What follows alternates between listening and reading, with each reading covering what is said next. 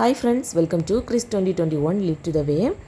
இந்த வீடியோவில் எங்கள் அம்மாவோட தோட்டத்தில் என்னென்ன காய்கறி செடிகள் எல்லாம் வச்சுருக்காங்க, அன்னைக்கு என்னென்ன காய்கறிகளெல்லாம் நாங்கள் அறுவடை பண்ணி எடுத்துக்கிட்டோம் அப்படிங்கிறது தாங்க நம்ம இப்போ பார்க்க போகிறோம். இந்த வீடியோவை பார்த்து முடிக்கும்போது உங்களுக்கு பிடிச்சிருந்துச்சு அப்படின்ட்டுனா லைக் பட்டனை ப்ரெஸ் பண்ணிக்கோங்க. இது தான் நம்ம சேனலுக்கு ஃபஸ்ட் டைம் வரீங்க அப்படின்னா ப்ளீஸ் சப்ஸ்கிரைப் பட்டனை ப்ரெஸ் பண்ணிவிட்டு கூடவே பக்கத்தில் இருக்கிற பெல் ஐக்கானை கிளிக் பண்ணிக்கோங்க. எங்கள் அம்மா பார்த்திங்கன்னா தோட்டத்தில் வழுதனங்காய், அதுக்கப்புறமா கத்திரிக்காய் செடி தாங்க நிறைய வச்சுருக்காங்க. இந்த ஒரு செடியும் தான் பார்த்திங்கன்னா மண்ணில் நெட்டு விட்டுருக்காங்க.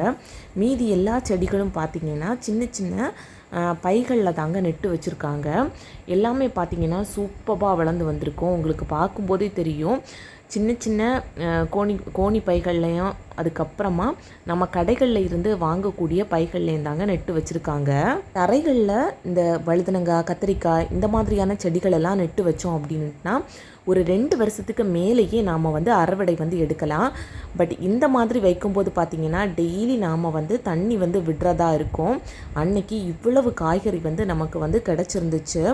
அது கூடவே பார்த்திங்கன்னா இந்த மாதிரி சிகப்பு கீரை, அதுக்கப்புறமா பாண்டி மிளகு அப்படின்ட்டு தாங்க இந்த மிளகை சொல்லுவோம். இது சாம்பாருக்கெல்லாம் போடுவாங்க.